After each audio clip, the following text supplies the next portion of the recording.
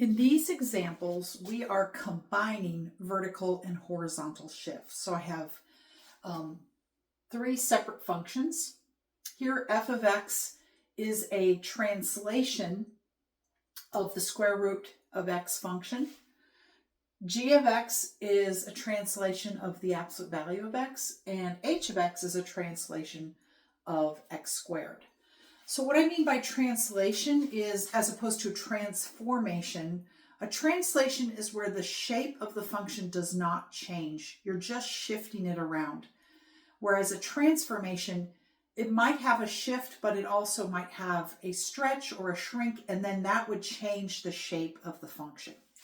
So these are translations, and you'll notice that I'm subtracting 3 inside the square root of x function, and on the outside we're adding 5. So this is a horizontal shift and this is a vertical shift. And remember, with vertical shifts, it's very intuitive. If you're adding 5, you shift up 5 units, and here we're subtracting 2, so we're going to shift down 2 units. Here we're adding 4, we shift up 4 units. Whereas for horizontal shifts, here it's the opposite of what you would think. Instead of going in the negative direction, which is to the right, when you subtract 3, you go to the right. Here you're adding 1, so you're going to go to the left, which is in the negative direction. So it's kind of the opposite of what you would expect. And I talked about that in the previous video. But here we have, here we have a shift to the left by 3, to the right, backwards of what it was supposed to be, to the right by 3 units. Here we have a shift to the left by 1 unit.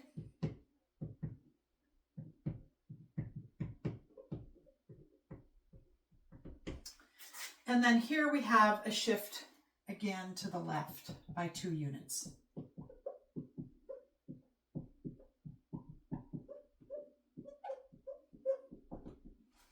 Those are the horizontal shifts.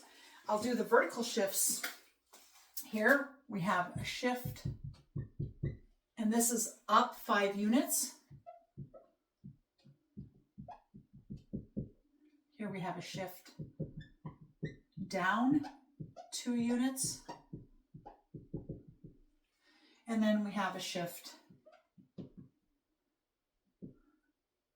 up 4 units.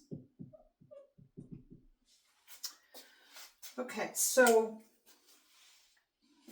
here we're shifting right 3, up 5.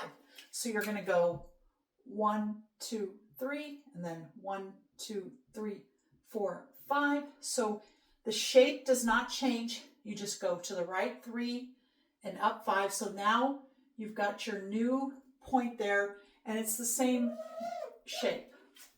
All right? And that goes, the point that's at the origin shifts to 3, 5. In this particular graph, we are shifting to the left by 1 unit and down 2 units. So here's our at the origin, we're going to go to the left 2 units and down 1. So there's our new point, and the shape is the same. Here for the parabola, we're going to go to the left by 2 units, and then we're going to go up 4. So our vertex is going to be at -2, 4. And then you just have your parabola.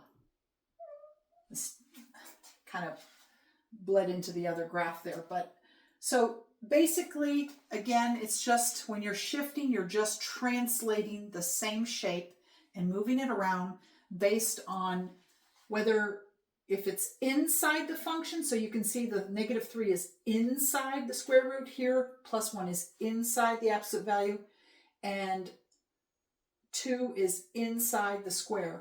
So if it's inside, it's going to be left and right, and it's kind of the reverse of what you would expect, whereas outside numbers shift it up and down depending on whether it's positive or negative.